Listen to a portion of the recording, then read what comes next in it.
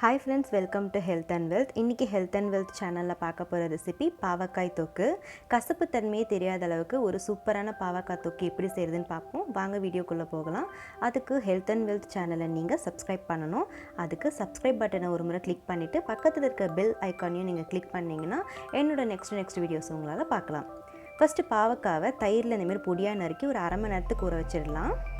தேவையான பொருட்கள் நான் டிஸ்கிரிப்ஷன் பாக்ஸ்லேயும் கொடுக்குறேன், நீங்கள் அங்கே ஃபாலோ பண்ணிக்கோங்க. அரை மணி நேரத்துக்கு அப்புறமா இந்த மாதிரி பாவக்காவை வந்து நம்ம அலசி எடுத்துக்கலாம். தயிரில் பாவக்காய் ஊற வைக்கிறதுனால அதில் இருக்கிற கசப்புத்தன்மை வந்து போயிடும். அந்த புளிப்புத்தன்மை போயிட்டு பாவக்காயில் இருக்கிற கசப்புத்தன்மையை எடுத்துரும். அதுக்கப்புறமா இந்த மாதிரி நம்ம வந்து வடிகட்டி எடுத்துக்கலாம். ஒரு கடாயில் எண்ணெயை விட்டுட்டு இந்த பாவக்காவை கொஞ்சம் சுருளை வதக்க விட்டு எடுத்துக்கலாம்.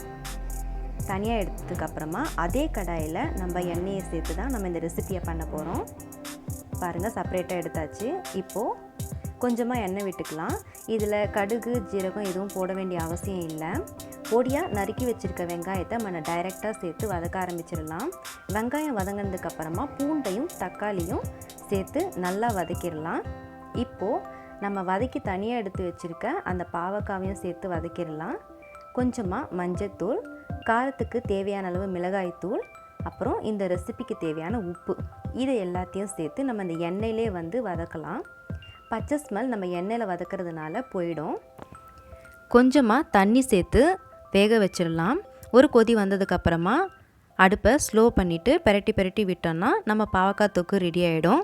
தண்ணி எல்லாம் வற்றினதுக்கப்புறமா கொஞ்சமாக நம்ம வெல்லம் சேர்த்துப்போம். இது வந்து பாவக்காயில் இருக்கிற கசப்பை இன்னும் வந்து கம்மி பண்ணி கொடுக்கும். குழந்தைங்க விரும்பி சாப்பிடுவாங்க. இது ஒரு ஸ்வீட் மாதிரி ஆகிடும்.